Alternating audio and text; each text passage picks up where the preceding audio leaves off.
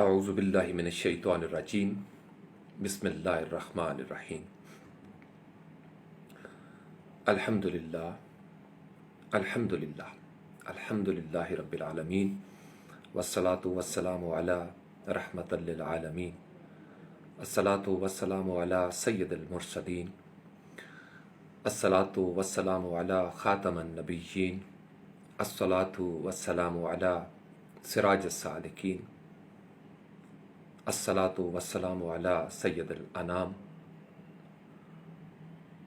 اللہم صلی علی محمد وآلہ وعطرتہ بعدد کل معلوم لک استغفر اللہ العظیم الذی لا الہ الا هو الحی القیوم واتوب الیہ لا الہ الا اللہ محمد الرسول اللہ صلی اللہ علیہ وآلہ وسلم قل هو اللہ احد اللہ الصمد لم یلد ولم یولد ولم یکن لہ کفوا احد اشہد ان لا الہ الا اللہ وحدہ لا شریک لہ واشہد ان محمدا عبدہ ورسولہ یا ہادی ربی لا تذر علی الارض قوما ظالمین آمین برحمتک یا ارحم الراحمین سبحان اللہ وبحمدہ سبحان اللہ العظیم سبحان اللہ وبحمدہ سبحان اللہ العظیم سبحان اللہ وبحمدہ سبحان اللہ العظیم وبحمدہ استغفر اللہ استغفر اللہ استغفر اللہ العظیم الذی لا الہ الا هو الحی القیوم واتوب الیہ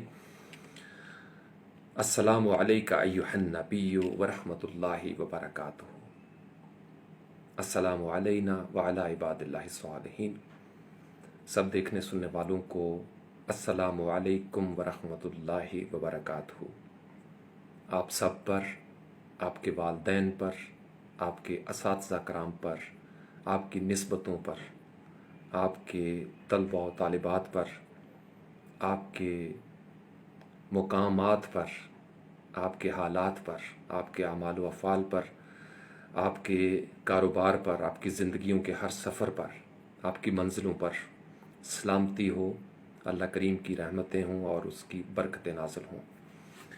کیسے ہیں آپ سب لوگ؟ آج الحمدللہ وطن عزیز پاکستان میں 13 روزے مکمل ہو چکے ہیں۔ عرب ممالک میں اور مغربی ممالک کے دیگر خطوں میں دوسرا عشرہ 1443 سن ہجری کے رمضان المبارک کا جاری ہے۔ آہستہ آہستہ ہم 14ویں سحری کی جانب بڑھ رہے ہیں۔ آج 15 اپریل 2022 تھا اور جمعۃ المبارک وطن عزیز پاکستان میں 16 اپریل 2022 ہوگا، ہفتے کا دن ہوگا اور انشاءاللہ تعالی ہمارا 14واں روزہ ہوگا۔ آج 14ویں پرواز ہے ہمارے سامنے اور کچھ نیٹ کا میرے خیال میں آج ایشو ہے۔ ابھی آڈیو اور ویڈیو ٹھیک ہے؟ اگر معاملات ٹھیک ہے تو مجھے بتائیے گا، ورنہ میں اس کو ریکنیکٹ کر لیتا ہوں، چونکہ مجھے میسج آیا تھا تھوڑی دیر کے لیے کہ آج کنیکشن جو ہے وہ ٹھیک نہیں ہے۔ اگر کوئی ایسا ایشو ہے تو مجھے بتا دیجئے تاکہ میں اس کو دوبارہ سے ریکنیکٹ کر سکوں، اور اگر معاملات ٹھیک ہیں تو پھر اسی طریقے سے اس کو کنٹینیو کرتے ہیں۔ یا حی یا قیوم۔ جی مدیہ بیٹے بتا دیجئے۔ وعلیکم السلام ورحمۃ اللہ وبرکاتہ کامران بھائی۔ آڈیو ویڈیو ٹھیک ہے جی؟ سنک ہو رہا ہے معاملہ یا دوبارہ سے کنیکٹ کر لیا جائے؟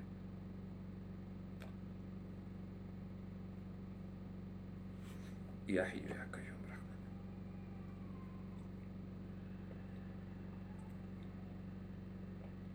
یا حی یا قیوم یا حی یا قیوم۔ آپ لوگوں کے میسج جو ہے وہ میرے پاس سنک نہیں ہو رہے۔ بالکل ٹھیک ہے ابھی، اوکے اوکے اوکے۔ تو اللہ تعالیٰ کا بے پایاں فضل و کرم ہے، اس کے لطف و کرم سے آج ہم اپنی 14ویں پرواز کا آغاز کریں گے۔ کل ہماری گفتگو 2 آیات تک رہی تھی، جس میں ہم نے سورۃ الانعام اور سورۃ الاعراف کی دو آیات کے بارے میں اللہ کی توفیق سے بات کرنے کی کوشش کی تھی۔ ہم سورۃ الفاتحہ کو، اس کے مطالب و مفاہیم کو سمجھنے کی کوشش کر رہے ہیں اس رمضان المبارک میں۔ نیت یہ کی تھی کہ آپ تمام حاضرین، ناظرین اور سامعین تک معرفت فاتحہ پہنچ جائے۔ یہ فاتحہ جو کہ ہر روز پڑھی جاتی ہے، ہر نماز میں پڑھی جاتی ہے، کہیں نہ کہیں ہمارا جو روایتی ایک انداز ہے، کسی کی فوتگی پر بھی اس کی بار بار تکرار ہوتی ہے۔ اور پھر یہ جو کلمات ہیں الحمدللہ، یہ کلمات بھی آپ کو ہر روز کہیں نہ کہیں فیس بک پہ، ٹویٹر پہ، یوٹیوب پہ، عام زندگی میں یہ آپ کو سنائی دیتے ہیں۔ الحمدللہ، یہ بہت بڑے کلمات ہیں۔ ان کلمات نے آسمان و زمین کو نور سے بھر رکھا ہے۔ کل مخلوقات اللہ کی تسبیح اور تحمید کرتی ہیں، اللہ کی پاکی بیان کرتی ہیں، اس کی تعریف بیان کرتی ہیں۔ تو اس سے پہلے کہ ہم موضوع کی طرف آئیں، ایک دو باتوں کی وضاحت ضروری ہے کہ آپ لوگ بعض اوقات لائیو سیشن میں جب میں فلو میں ہوتا ہوں تو میں صرف کیمرے میں اس وقت دیکھ رہا ہوتا ہوں۔ میری کوشش ہوتی ہے کہ میرا آپ کے ساتھ آئی کانٹیکٹ جو ہے وہ موجود ہو، اور میں نے آپ کو پہلے سیشن میں بتایا تھا کہ میں اس پورے رمضان المبارک میں صرف موبائل کو استعمال کروں گا۔ جن لوگوں نے مس کیا ہے وہ شاید اس کو نہیں سن سکے۔ کمپیوٹر جو ہے وہ چونکہ اس کے لیے میرے پاس جو چارجی ہے اس کو میں چارج نہیں کر سکا، لیکن میرے پاس ڈیٹا موجود ہے موبائل کے اندر۔ اور پھر لائٹ کا کوئی بھروسہ نہیں ہوتا، گرمیوں کا موسم ہے، تو اس لیے اگر کبھی لائٹ چلی جائے تو ڈسکنیکشن نہیں ہوگی۔ تو اس لیے میں نے کوشش کی ہے کہ میں اس موبائل کے ساتھ، یہ سٹینڈ ہے اور اس کے اوپر میں موبائل لگا دیتا ہوں، اور اس کے اوپر میں لائیو آنے کی کوشش کرتا ہوں، تاکہ جتنا ڈیٹا میں نے سنبھال کے رکھا ہوا تھا اس نیت سے کہ رمضان المبارک میں کام آئے گا، وہ کام آ جائے۔ تو ایک تو یہ بڑا ضروری ہے سمجھنا۔ دوسرا یہ ہے کہ جب دوران بہاؤ، جب میں فلو میں ہوتا ہوں تو پھر اس وقت میں سوال نہیں لیتا، چونکہ موضوع جو چل رہا ہوتا ہے اور جس اٹھان پہ ہوتا ہے اس کے ساتھ انصاف کرنا بڑا ضروری ہوتا ہے۔ ہاں، یہ ضرور ہے کہ سیشن کے بعد میں کامنٹس ضرور دیکھتا ہوں، تہجد سے پہلے یا بعض اوقات تہجد کے بعد، اور پھر کہیں پہ کوئی ایسا سوال جو درمیان میں آیا ہو اس کو میں جواب دینے کی کوشش کرتا ہوں۔ کل کی سیشن کے دوران افضل کو ڈانٹ بھی پڑی مجھ سے، جو لاڈلے ہوتے ہیں ان کو ڈانٹ بھی پڑتی ہے۔ آج مدیہ کو بھی پڑ گئی ہے مجھ سے ڈانٹ۔ تو رمضان المبارک میں لاڈ اور ڈانٹ دونوں کافی سخاوت کے ساتھ میرے پاس موجود ہوتے ہیں۔ تو یہ جو آپ احادیث کے حوالے سے سوال کرتے ہیں، میں نے آپ کو، اگر آپ مجھے سن رہے ہیں تو میں نے ہمیشہ اس بات کا آپ لوگوں کو سمجھانے کی کوشش کی ہے، سبق دیا ہے کہ ہم ہیں طالب علم، اسٹوڈنٹس۔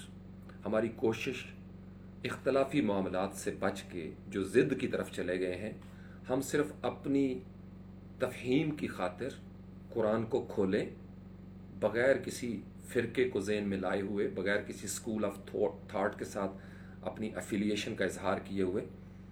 اور اللہ کا بڑا کرم ہے کہ ہم الحمدللہ آہستہ آہستہ اسی رنگ میں رنگتے جا رہے ہیں۔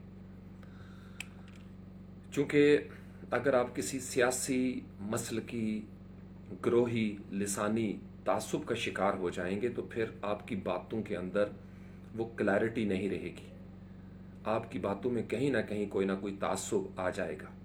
تو میں اس لیے بڑی ذمہ داری کے ساتھ جب میں بات کرتا ہوں تو میرے ذہن میں بڑا سادہ سا ایک قانون چلتا ہے کہ میں نے اس کتاب کو دیکھنا ہے، اور آپ نے دیکھا ہوگا کہ ترجمہ کرتے ہوئے بھی میں کسی خاص ترجمہ کا حوالہ نہیں دیتا۔ میں کوشش کرتا ہوں، چونکہ جب آپ بار بار قرآن پاک کا مطالعہ کرتے ہیں اور اچھے اسٹوڈنٹ بھی ہوتے ہیں اور عربی کو آپ سیکھنے کی کوشش بھی کرتے ہیں، تو الفاظ معنی آپ کے پاس پہنچ جاتے ہیں۔